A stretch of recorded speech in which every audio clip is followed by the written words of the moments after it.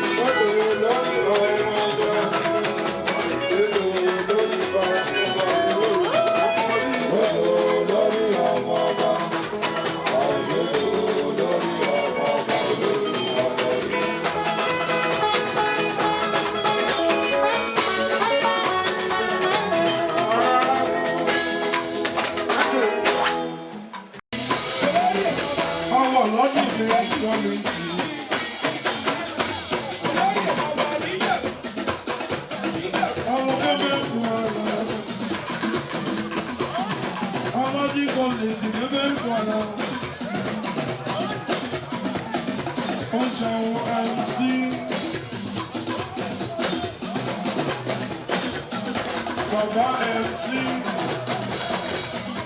Alhaji Kollington, MC, ó sọ̀rọ̀ kan sí mi létí wípé ayé mi òbókò lè máa jẹ́ òun àbí inú ẹni mo wí. Òbókò lè máa jẹ́ òun àbí inú ẹni.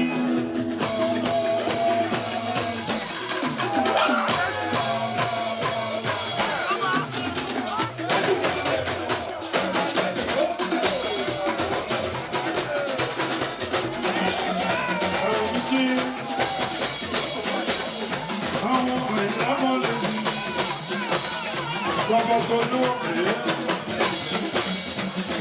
olóyè sọ̀mọ̀ ẹ̀wọ̀ lọ.